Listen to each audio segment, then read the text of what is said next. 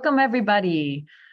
Nice to have you here. We are here for the ACM panel on the Hispanic communities and what we can learn from them. And so instead of me going through an interview, since we have limited time, I want to make sure that we get to all the introductions, but you can do your own introductions and give us a little bit of your research, but this panel isn't totally focused on research. It's talking about Latino and Hispanic communities in science. And so I'm going to ask you for an introduction and also just a little bit about what you want to be called, because we all know that we're called different things, right? Sometimes they're Latino, Latinx, Latine, Hispanic. So let's start with that. I'll start by saying I am Patty Ordóñez, and it's an honor and a privilege to be here. I'm from the University of Maryland, Baltimore County. I'm an associate professor in information systems. I go by she and her and ella pronouns. And my focus has been now computer science education, assistive technology, but my dissertation was focused on health informatics, and I hope to get back to that too. All right, so Stephanie, you want to go next? Sure. My name is Stephanie Ludi, and I'm a professor and associate chair for the University of North Texas in the Department of Computer Science and Engineering. My research areas are an intersection between software engineering and human-computer interaction, especially when it relates to CS education, accessibility, and helping developers be able to do their jobs, be more productive, and learn new skills. I go by she and her, and I look forward to participating on the panel today. Daniel. Hello, everyone. Thank you so much. I'm very happy to be in this panel. My name is Daniel Acuna, although my real name is Daniel Acuña. I dropped my ñ a long time ago for publication purposes, but I'm rethinking about it. I'm an associate professor from the University of Colorado at Boulder, and my research is in computational social science, more specifically in science of science, where I study how science published gets cited. And recently I become interested in some biases in science, could be race, gender biases, and also that led me to be interested in biases in artificial intelligence as well. So I prefer Latino or Latine as the way to refer myself. I'm from Chile, originally South America, and my pronouns are he, him, and él, I guess. Thank you. I'm the last one. Hello, I'm Carlos Rivero. I am an associate professor in the CS department at RIT, so that's Rochester Institute of Technology. So my research is about knowledge graphs, and specifically I have been working on scientific evaluation of knowledge graphs. So what we are doing right now is, you are predicting things and you are measuring things. So then we are making sure that those measurements and those things are proper. That's kind of the idea. And also, very related to machine learning, artificial intelligence biases, and so on and so forth. I go by he, him, él. So that's it. Great. So let's get back to talking about Latino, because several of us didn't even address it. So let's go back to that. So, this is incredible. The lights just went out. So let's each talk about what you are doing in terms of what do you prefer to be called, and what this whole Latinx thing, how has that affected you? Do you consider yourself Hispanic? Do you consider yourself Latino? What is that? I'll be right back. Figure out what's going on. No worries. I'll pop in because I did forget to mention it. So I consider myself Hispanic. My part of my ancestry, or half of it, is from New Mexico. And so in my case, it kind of goes back to Spain, and the situation where, of course, historically, the borders kind of shifted around, right, in terms of where New Mexico was and what it was a part of over time and becoming a state. So for me, that seems to be the label that makes the most sense, but not to say that that's the only one. But that's what I kind of go with. Well, in my case, I was born and raised in the south of Spain. So, but that's also weird, right? Because also, you know, at the south of Spain and also the Canary Islands, it's not uncommon for people to refer themselves as Latinos, Latinas, right? Because we share a lot of, you know, food and history and you know, culture and so on. So that was, you know, when I arrived to the US, it was like no-brainer Latino, right? And then it's like, oh, well, shoot.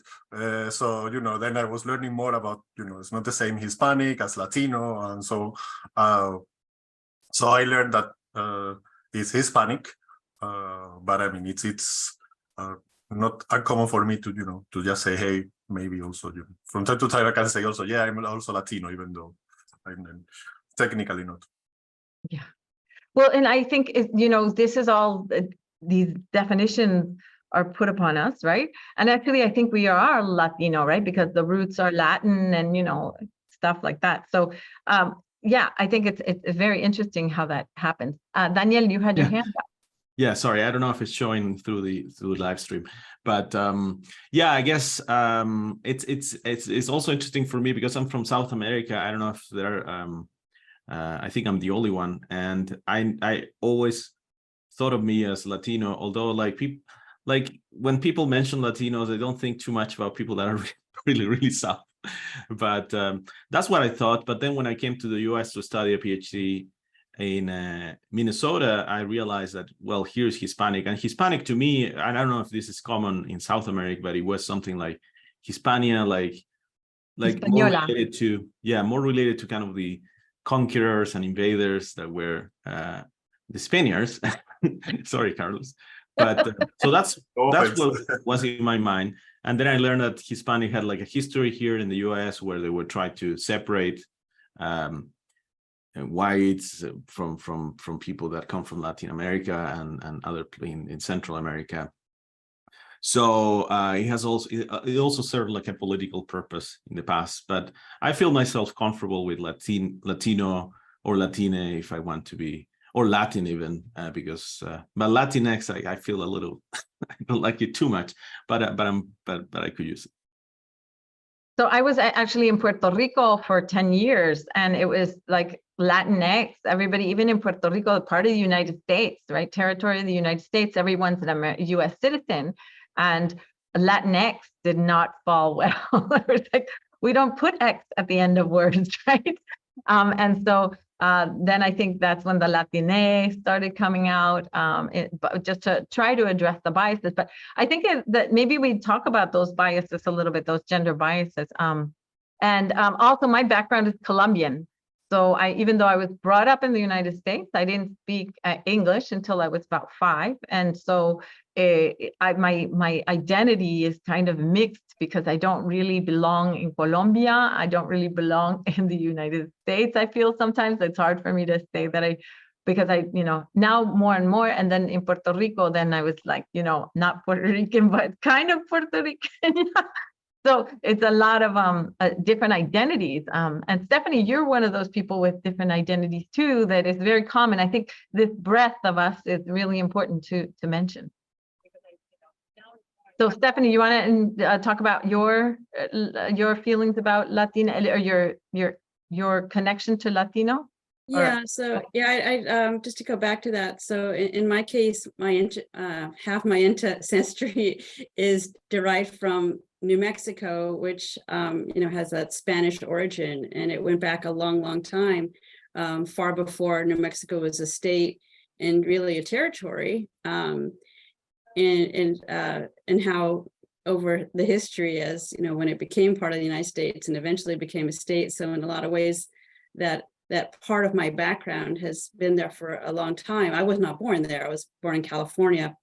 But just, you know, the way the identities can shift as borders shift around you, sometimes there's an impact, you know, when you look at your ancestry. In some places that has been the case, in other places as well. I grew up in Southern California in San Diego, and in my neighborhood, it was predominantly Latino, and with that, English was not the common language spoken in households. There were some other languages spoken as well, but Spanish was very common. And just to kind of see that aspect of it as well. So part of me was, I have my relatives that, Spanish is spoken and in a state where Spanish is predominantly spoken, as well as the culture. And then in Southern California and South San Diego, where you also have Spanish being predominantly spoken and people coming from all over in terms of different Spanish speaking countries and regions to come together in that space and having its own culture as well. Yes, and I think that's one of the things that we want to talk about is actually like celebrate that journey that all of us have taken from, because I mean, in Puerto Rico, I was really, I got to Puerto Rico and I think because of the Arecibo telescope, there's just a big culture of science and there's lots of women in science that are Latina.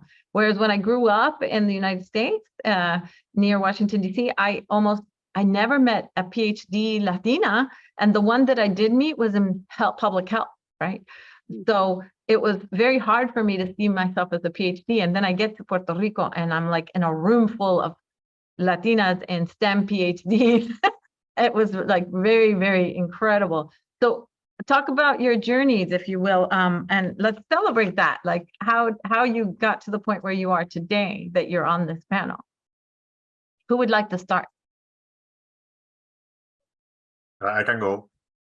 Oh, so well, I moved to the US when I was 30, so that's I was really born and raised over there overseas. And typically, so I got my bachelor, master's, and PhD from the same university, University of Seville. So that's also kind of also typical. I would say that you don't go somewhere else, you stay with your family, because that's your hometown and that's what you need to be. And yeah, I mean, I basically the thing that made me come to the US is that all of a sudden the country was not doing well economically, and then it was like, yeah, there are no positions for you, and then it's like, okay, great. So that there my journey started. I was just looking for a lot of positions everywhere, and then at the end of the day I ended up in as a postdoc in Idaho, which was in itself like a new thing, because also it was my first time in the US, living in the US, and then it was in a state like Idaho, which it was like a very small town. I think that Latinos over there were like population there were like 0.01% or something like that. I think that basically just the single Mexican restaurant over there, right? So I mean that it was the journey also learning, all these things, right? And then how the way works in the US was also like interesting. So so I saw research and I saw people, PhDs and so on, but getting from one country to the other and then learning, that was the biggest step, I would say. Thank you. Thank you so much. That's a really good perspective. And I think that isolation that we feel as Latinos, in wherever we go in science, the higher you get, there's more isolation. So thank you for bringing that up. Daniel, do you want to go next? Yeah, thank you. Yeah, I kind of what you said about Puerto Rico being like having perhaps a different, you had like a different culture there in science, which is very interesting because I'm from, as I said, from Chile. I'm from Santiago, the capital.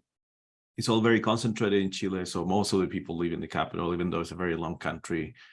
And there is I think, also a culture, not of PhDs, I will say, but at least people, they want to go to get a bachelor's, because the difference in salary between not having a bachelor's and having it is huge. So most people want to go to university, and so that culture was there. And my parents said, we are working so that you can do that and you can get your degree. And once I get to university, I met a professor, Victor Parada, and he influenced me in the University of Santiago. That's the name of the university. And he said he was very into research, and that's something that I never experienced before. I never thought, I don't have anybody in my family studying PhD. But I became really intrigued, and I started studying.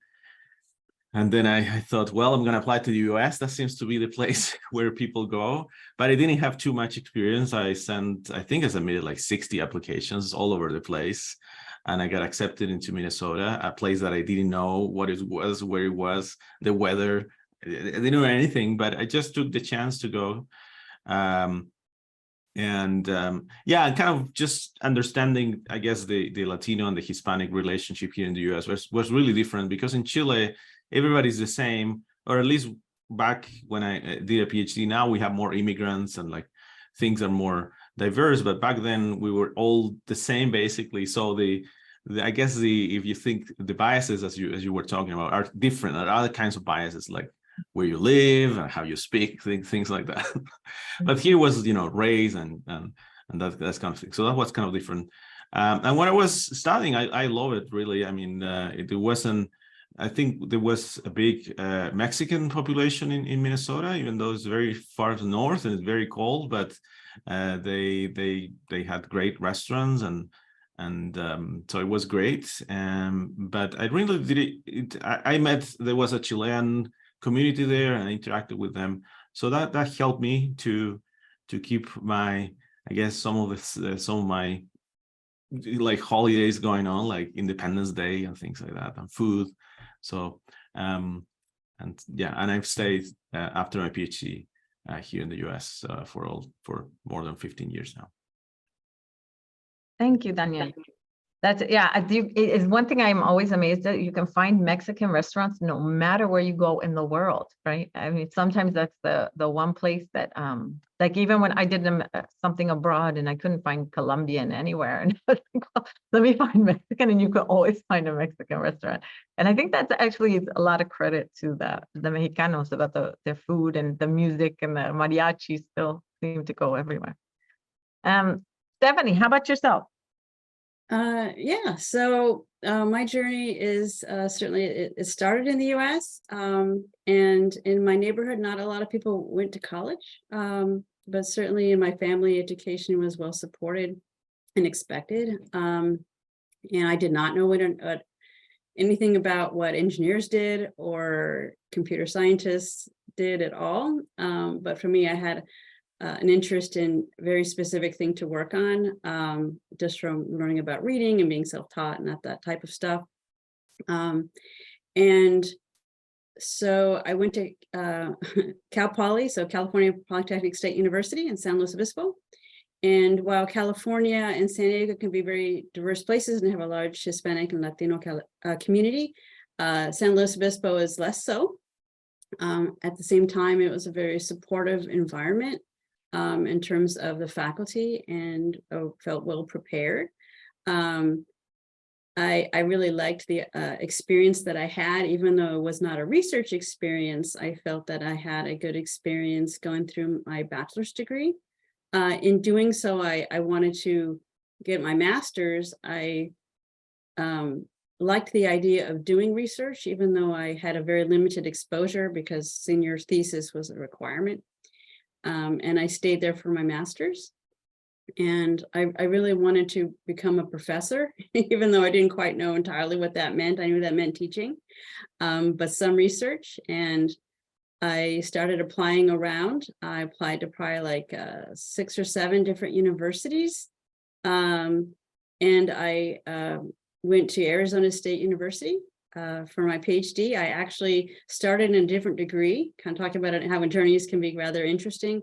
My first PhD, though I didn't complete it, although I got a good way through it, was in basically learning technologies was basically what it was. I wanted to apply what I already knew in computer science to education. So I kind of thought, oh, I'll get my PhD in that.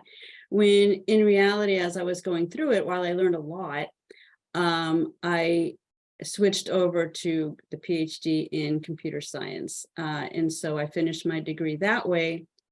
And then further applying, fully on delving deeper into computer science and bringing in knowledge in education and in software engineering, which is what my area was in through that. And so I took kind of a little bit of a slow path because I had a kind of a non-direct route through my PhD. Phoenix, the Phoenix Tempe area, it's very, very diverse, has a large Hispanic-Latino community, which I really enjoyed, and it's still very strong. And while I'm in Texas currently, which also has a very strong Hispanic and Latino community, I did have a segue where I lived in Western New York for a while, which was a positive experience in itself, but it was a bit of a culture shock just because it's a different culture in terms of moving northeast from being out west, and certainly the community at the time anyway was far smaller, so that was a bit of a change, and then coming back to a larger vibrant community has also been a transition as well. So that's great. I'm just gonna ask you also about like the being Latinas in science. Had you seen Latinas in science where you? No. So I always felt kind of isolated in that regard, because even in the department at like ASU at the time, there really weren't a lot of faculty in that population. There certainly weren't a lot of graduate students that I felt connections to in those ways, even though in the broader community I could. But I felt, between being a woman and being Hispanic, and also having a disability, which is also another part of my identity, which there was not a lot of participation in that space. I felt always that I had to go outward and try to really reach across groups, and really work hard to find connections within groups that I find myself being a part of, in order to make those connections and to strengthen them. Great. How about you, Daniel and Carlos? In your countries, did you see a lot of Latinas in science as you were developing along your journey? I think that in Spain was a little bit different, at least from what I see in the US, in the sense that when I was doing my bachelor, for instance, I had like, I'm not going to say 50-50, but it would be probably like something like 60-40 or something like that, women there. And then I actually worked in industry for several years, 3 years in total as a software engineer. And there I actually had also a lot of, a lot of coworkers that were also female. And so it wasn't that uncommon. I'm not going to talk a lot about that, but for instance, my mom went to a university also as well, but she went in the 1970s, right? Which in Spain, we were basically, we had a dictator.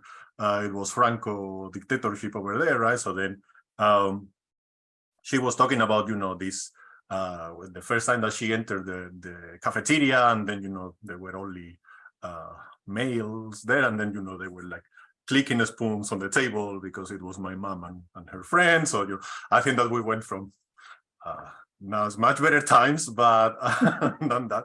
But still, I mean, it can feel sometimes like that, because I again, especially here in the US, I don't see in computing there are not. It's not there. I mean, it's definitely not there, right? How about Daniel? Yeah, so I guess here I have actually a student who is from Mexico, and she's doing great, starting overwhelmed a little bit, but so I'm very glad I'm co-advising her with a colleague here.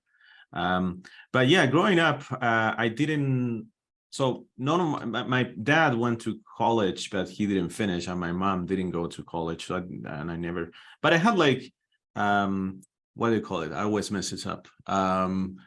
Cousins, I think that's the proper way, that they went to university. They went to engineering, and they were women. Now in computer science back in my country, I think it was a pretty good representation. So I would say similar to Carlos, maybe 30-40% were women. But I feel like the field computers, I don't know if this is just computer science, but it was pretty dismissive sometimes of their expertise, and like so it was a very nerdy program. So I kind of I have some bad memories about just how sometimes you will see just blatant sexism from the peers. But we have a number of professors who were female, so it was pretty good, and they were like very inspiring for me personally. But yeah, when I came here to the US, it wasn't as representative of the computer science department. I think now both in my country, things have improved from what I hear. I mean, I haven't been there in many years, but things have improved. And here also, I feel like the representation, at least in where I am, it's improved a lot over the last 10 years. Very good. I'll add to that I think I did have my mother who had finished her bachelor's in bacteriología, which is bacteriology. But so I did see her, but she typically gave everything up for her children, right, when she came to this country. So she was always an inspiration, and I always knew that if my mom could do it, then I could do it, right? And then my grandmother actually was British, and she actually did she was in medicine too. So, but I typically got more of it from medicine than from science. So, and medicine is kind of like that, not exact science. So, it was very different going into seeing women in science that has to be very exact. Okay, so, and I wanted to add, Stephanie, to one of your comments about, like, I think Latinas go into science much later. Like they take a route, or might be like things don't push you towards science, but you eventually come back to it. I came back, and I say this for Latinas who are listening to us. I actually came back at the age of 34, got into grad school at 38. Grace Hopper got into computing at 38. I found out Marie Curie started, like she actually taught herself classes so she could get into undergrad at 24 because she had to help her sister in. So I'd like see all these big names of women oftentimes come into later on into the field. So how about you? Have you seen that at all? Is that, because it sounds like it was that the case for you? I didn't work in industry, so it was like I was in school the whole time. It's just I had that little 2-year gap basically while I was studying something else. As far as just women broadly that I've noticed, I can't say I've known a lot to come back later personally. However, I do realize that just when you think about women in general, I have known more to return to study computing or related fields later that you don't necessarily see in men unless, for example, they were in the military for some period of time and they're coming back. But usually for women, it's because their kids are older, or in some cases out of the house, or what have you, and they come back to basically, follow that passion, and that's wonderful to see. And for that to be supported, I think is wonderful. And I think having them come back to pursue that passion is really better for, and is obviously better for them personally, and that they're able to do so. But I think it also supports the importance of the field, in that it is improved for that additional perspective. And that's a great lead to our next questions. That what are some of the challenges and opportunities faced by Hispanic-Latino computing professionals and their communities? And I think for us as Latinos, that whole role that you're a mother, you become a mother, you're focused on being a mother, and then later on you come back and be a professional again. Like I even though now I see that you could do both, right? But even when you do both, when I see people that do both, there's still a little bit more responsibility placed on the woman for that which affects her career. So, so what do you guys think? How in your different communities and professional sessions, how are Latinos and Hispanic computing professionals impacted? And what opportunities do they have now that they probably didn't have before? I'll jump in. So certainly there are a lot of opportunities available certainly than when I went through grad school in terms of programs to support students, whether they be returning or more traditional aged. to pursue, whether it be scholarships, fellowships, mentoring, conferences, to help form communities and to network, whether they be local at the university or national, than there ever were, which is wonderful to see that I think a lot of people don't know exist enough. And I think part of that is because people get overwhelmed by the amount of emails and things that they see. However, I think that to know that they are out there and for them to start looking at some of those emails that they might feel bombarded with, or at least to do so strategically, as well as to reach out to their advisor if they're in graduate school, or their or undergraduate advisors, a faculty member they built a rapport with, or someone from the office, or whatever works, because I think that a lot of people are missing out on some really great things that they otherwise would not know about and could otherwise really change their journey in a lot of ways.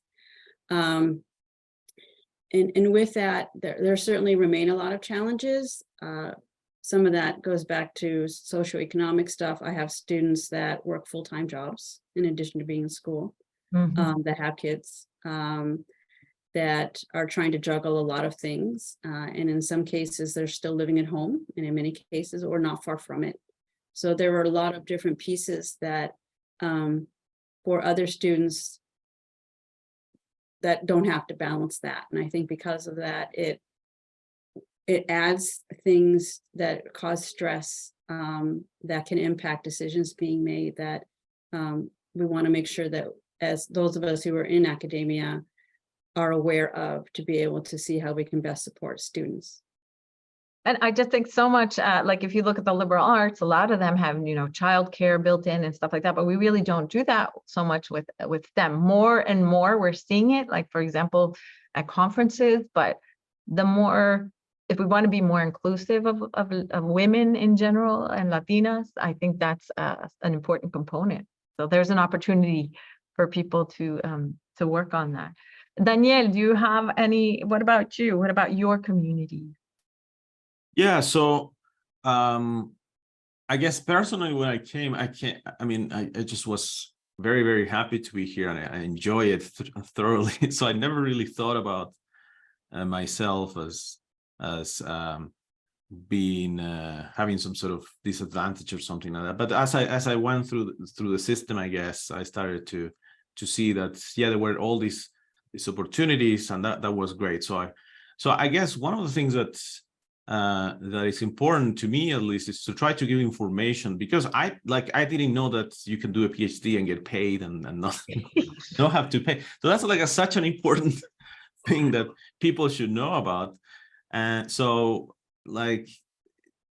just bringing the information to the communities, I think, is really important. And I try to do that myself.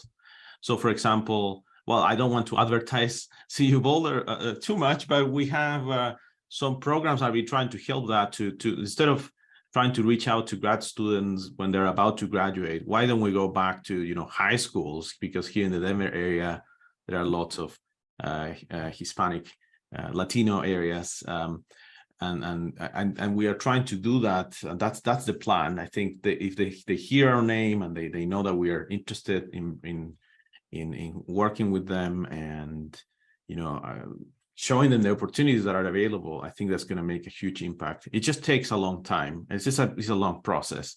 So I don't think these things will change in like a couple of years. I think this will just take a long time. It's very hard work, and work that is not rewarded a lot by the system. It's just something that is just, I take it personally, and I think many colleagues that also are from minority populations, I take it personally to help a student.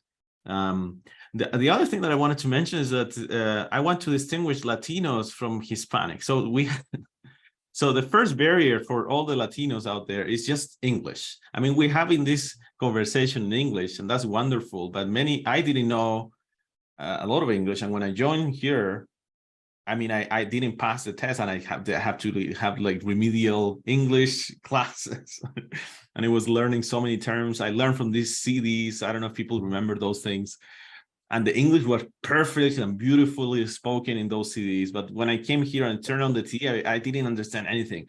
So I guess for the Latino communities, I try to also try to recruit in Spanish and say, if you you can come here. Yeah, you have to have a level of English, but you can continue your learning here. And I'm proof of that. And I did that the first semester, and it's so much fun just to learn about the American culture. And the other is this Hispanic community that I call, or American Latinos.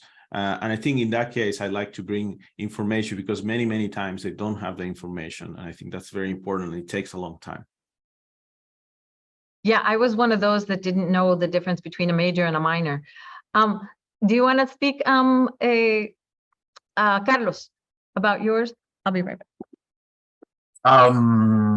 So yeah, I mean, so in my case, I only did English in high school, so I didn't have any formal training in English or whatever. Then, during my PhD, yes, I learned how to write a paper in English, but that's different than interacting and so on. And especially now as a professor, the way that grant proposals and so on work, right? That's also a very different English than right. So that was also like a journey, and I took some training also about that here, right, at RIT, right? Like how what they call here in the US this persuasive writing, which I don't like it much, but okay, it's persuading people or something. So I was persuading people, I guess. So that's one. So yeah, so that definitely, I mean, the language is a barrier, right? Then, I mean, in my case, and I guess that also, it's a private university and it's expensive and so on, right? That's also, so one of my experience basically with Latino students and so on is pretty much that they say, yeah, I would love to continue my PhD, but I really need to pay my loans, and it's I have a huge loan, and yeah, I mean, it's great that you're paying, but that I mean, especially in computing, right? I mean, industries, I mean, even with the layoffs and everything, right? They are still doing super good, and we are in academia, we are not even getting close to pay them what they will actually get in industry, right? So it's Right. basically just different, right? And I remember a couple of students from DR, from Dominican Republic, right? And they were like, yes, I would love it, but I have a family, or I need to, or my family, the other way around, my family is pushing me to actually get a real job, right? Whatever real means. And that was kind of the deal for them. So that's it. And then, as a professor, also something that one of the resources that we have here is this future faculty career exploration program. The name is very long, but it's actually pretty helpful because, I was actually there, a part of the program way back in 2014, but it actually helped me a lot also understand, they talk about just, how is academia, how is a job in academia, how is a job as a professor, right? And then they also, show RIT and those kind of things. So that's also it was very helpful to me, understanding that, right? And having that opportunity that, okay, this is actually a professor job in the US. And, at the end of the day, I ended up here. But that's also something that I do now also a lot, in the sense that, actually the candidate for the program will be running starting tomorrow. So we have a candidate, and the good thing is that, the candidate comes, and then the candidate presents the research, and then we can actually provide feedback about the presentation, the job talk, and so on, which is really helpful before you actually go into the market, right? And that also helps, I think. And as far as I know, there are not so many programs like this in the US. So I think that's something that it's really helpful, and I think that it will actually help a lot getting people into academia in this specific case. And you're at Rochester Institute of Technology. Yeah, They started there, and actually there's several copycats, so it's really good. I know Virginia Tech has a program, and there are other, not many, but I think it's a great program. I went there, and it really motivated me to become faculty. So yeah, I very much agree with you. So now there was a topic I wanted to touch on, and with the international versus national. you guys all raised these really interesting things that, like, a lot of internationals are in graduate school because, well, there's motivation to come here, but the locals, it's not it's just not financially viable, right? What do you think? Any ideas on how that's a challenge, for the United States? How can we attack that challenge? Any ideas about what we might be? Because that is a national challenge in all of these communities. Like, it doesn't matter whether you're underserved or not. It's an issue. Yeah, but I think that, at least in computing, the main issue, I think, is industry, right? It's just difficult to compete, right? And it's not only just the pure money. I would say also is that, it's this culture, like, oh, I would really like to be in Google, right? Because they are the cool people, right? Or whatever, right? So that's also, and we professors, we are not cool, right? It's sad, but it's the way it is, right? So I think that's also part of the issue, right? And I think also that another part of the issue is that at least that was also something here in the US that it was different to me. I remember that back in my home country, one of the things is that you needed to enjoy the university experience, right? It's like the university experience is actually not for you just to get a degree and buy, right? It was for you, to enjoy the journey, right? And learn things and meet new people and partying and so on, right? That was the whole gist. But here in the US, I think that they are, I don't know, at least in computing, I think that we are students are like this very focused on they want to be done, and I don't want to see academia again ever in my life, right? That at least that's kind of some of the part of the feeling that I have, right? So I think that if you don't enjoy the journey, then why I'm going to stay even longer there, right? So I think that, and we are very into this, the DWF, whatever, right? So students that actually withdraw from the course, that they fail the course, right? And university wants really to improve those numbers. And so, yeah, that's great. But at the end of the day, that's also telling students that, yeah, there is also, maybe you fail and maybe you learn and then you enjoy actually failing, right? So I think that's... Well, you embrace it at least, right? There's not that embracing of failure and then trying again, right? So that learning how to embrace failure and learn from it and make it a strength, I think, is probably something that would... I failed so many courses in my bachelor that I definitely learn a lot. Yeah, and it's so competitive too to get into the universities. I think that's what happens, is that it's very competitive, and so therefore the failing isn't so good. It's not such a good thing. Okay, so now let's talk about tips for aspiring underserved students, for students from underserved backgrounds. What do you think in the US and around the world? What tips would you like to give these underserved students? Definitely don't give up. Kind of going back with, embracing failure. There's the assumption that if you're in college, you got straight A's. If you got your PhD, you have to have straight A's. Obviously grades are good, of course, but well, once you get into grad school, you just have to keep them above a B. yeah. and also grad school is different from undergrad.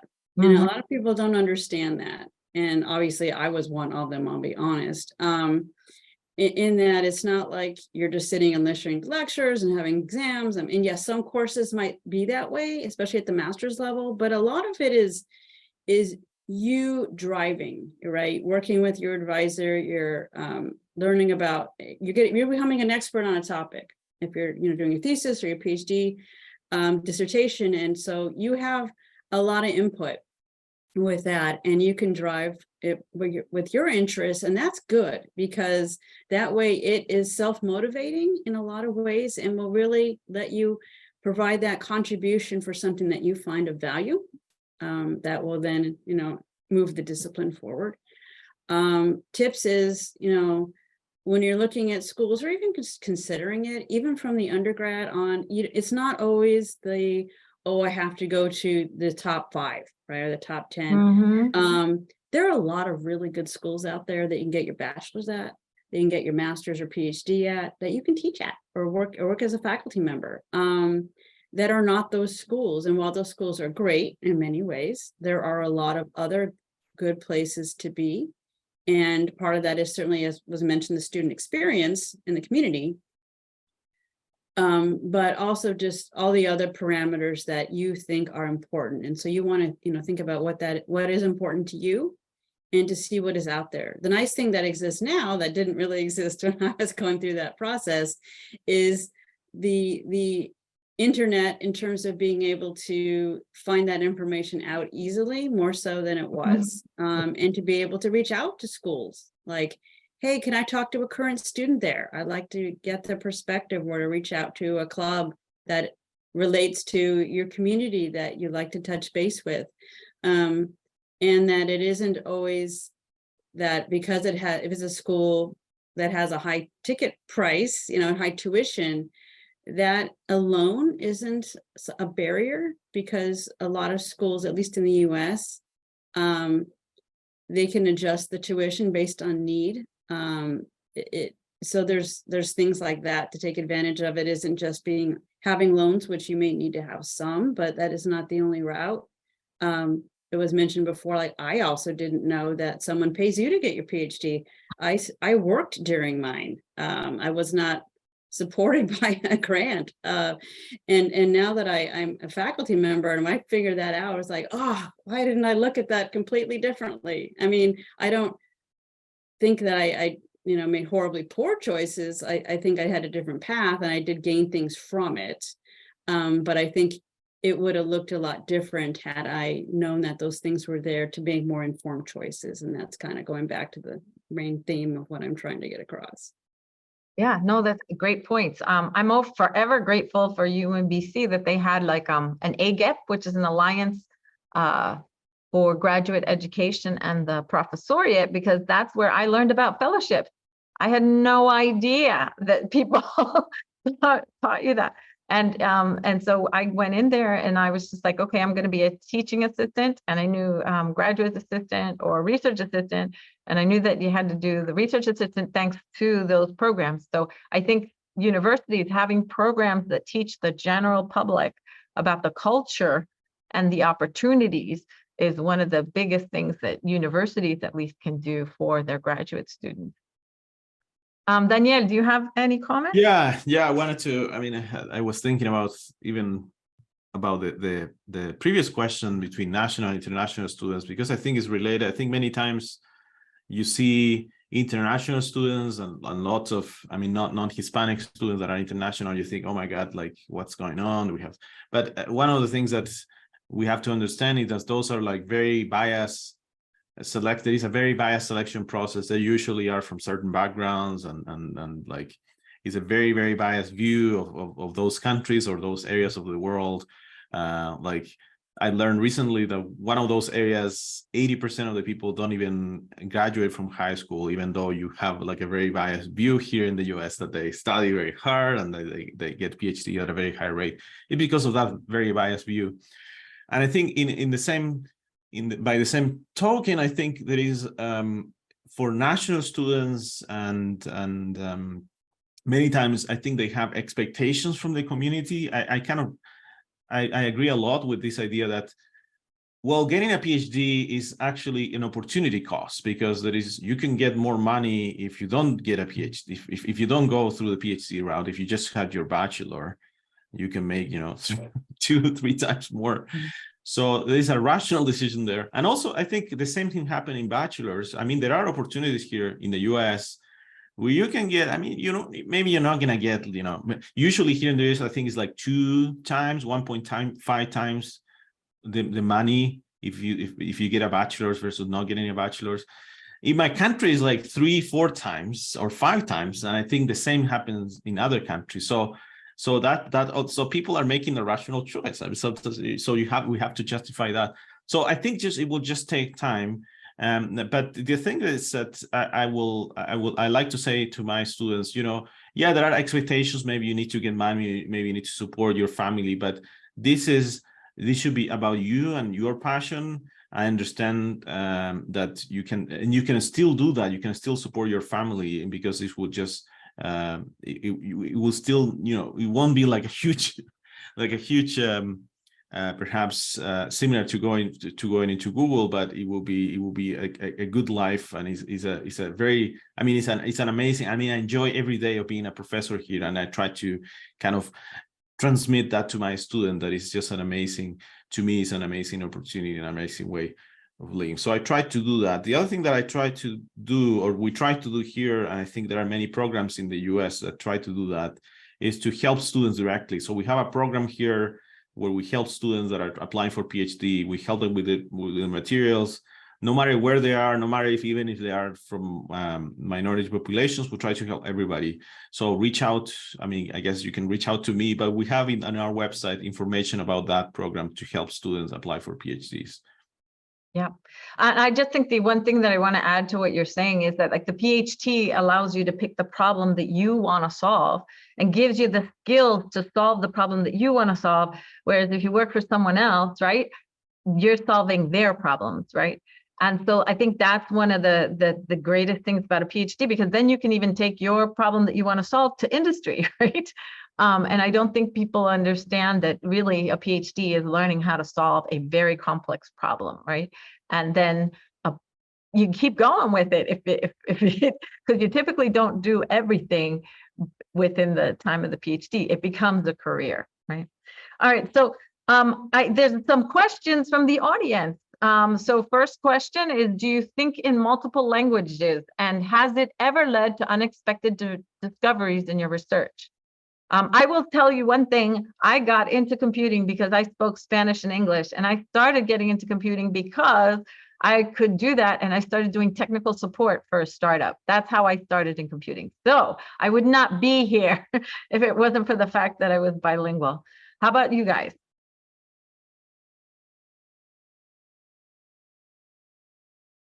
Yeah, I will. I don't think I think in Spanish.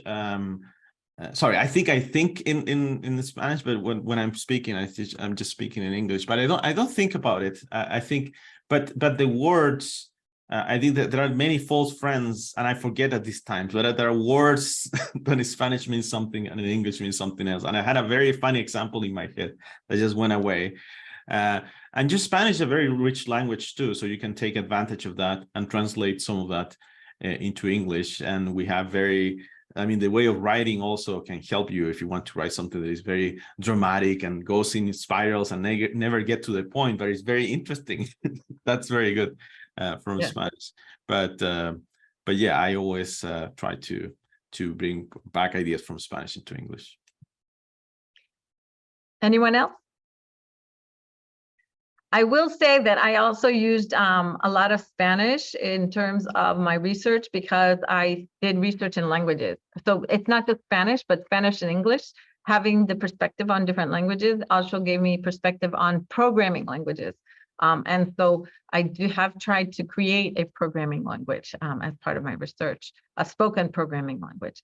And that didn't get completed. It's still there, but there's so many other people that are doing that work now that it's not like on the top of my list. So yes, it became my research actually.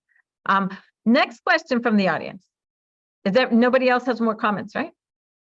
Okay. My single comment is that I have studied my brain, and now I think that I can explain computationally. So I have two channels, Spanish and English, going on at the same time. And it's just one that is actually going through my mouth, but the other is still there. And now they mix from time to time. And then that's very weird. That happens to me too. Like sometimes I'll be thinking a word in English, and then I can't translate it into Spanish, and vice versa. It's very strange. And so then in Puerto Rico, it was really crazy because they would all just come out and people would understand. So then I started speaking Spanglish, which I used to criticize like crazy, but now I realize it's actually a higher level of language, right? So I'm with you, Carlos, on that one. All right, so here we go. Were there moments when you felt you needed to translate yourself, be it research subjects, approaches, etc., to non-Hispanic or Latino colleagues and students?